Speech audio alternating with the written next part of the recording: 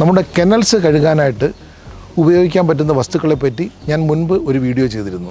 ഇതിൽ ഫിനോൾ അടങ്ങിയ കോമ്പൗണ്ടുകളെ പറ്റി ഞാൻ പറഞ്ഞിരുന്നു. ഫിനോൾ അടങ്ങിയ കോമ്പൗണ്ടുകളൊന്നും കെനൽ വാഷിനായിട്ട് ഉപയോഗിക്കാൻ പാടില്ല എന്ന് ഞാൻ പറഞ്ഞിരുന്നു. എന്നാൽ അതിന് പകരം എന്തുപയോഗിക്കാം എന്നതിനെക്കുറിച്ച് ഞാൻ സംസാരിച്ചിരുന്നു. ഏറ്റവും ചീപ്പായിട്ട്, ഏറ്റവും വില കുറഞ്ഞ രീതിയിൽ, എന്നാൽ വളരെ നന്നായിട്ട് അണുനശീകരണം നടത്തുവാൻ പറ്റുന്ന ഒരു സാധനമാണ് പൊട്ടാസ്യം പെർമാംഗനേറ്റ്. പൊട്ടാസ്യം പെർമാംഗനേറ്റ് ചെറിയ ക്രിസ്റ്റൽസായിട്ട് നമുക്ക് മരുന്ന് കടകളിൽ വാങ്ങിക്കാൻ കിട്ടും, പാക്കറ്റുകളായിട്ടും ഒക്കെ വാങ്ങിക്കാൻ കിട്ടും. അത് നമുക്ക് വെള്ളത്തിൽ കലക്കി ഒരു നല്ല വയലറ്റ് നിറം വരുന്നത് വരെ വെള്ളത്തിൽ ലയിപ്പിച്ച് അതിൽ മണം കിട്ടാനായിട്ട് കുറച്ച് തുള്ളി പുൽത്തൈലം കൂടി ചേർത്ത് കഴിഞ്ഞാൽ നമുക്ക് നല്ലൊരു കെനൽ ഡിസിൻഫെക്റ്റൻ്റ് ആയി കഴിഞ്ഞു. ഏറ്റവും ചീപ്പായിട്ടുള്ള ഒരു കെനൽ ഡിസിൻഫെക്റ്റൻ്റാണ്. അപ്പോൾ ഉയർന്ന ഒരു ചോദ്യമാണ്, പുൽത്തൈലം ഡോഗിൻ്റെ ശരീരത്തെ സ്പർശിച്ചു കഴിഞ്ഞാൽ അത് അലർജി ഉണ്ടാക്കുമോ ഇല്ലയോ എന്ന്. പുൽത്തൈലം അത്രത്തോളം അളവിൽ നമ്മൾ ഉപയോഗിക്കേണ്ട കാര്യമില്ല, ഏതാനും തുള്ളികൾ മാത്രം മതിയാകും.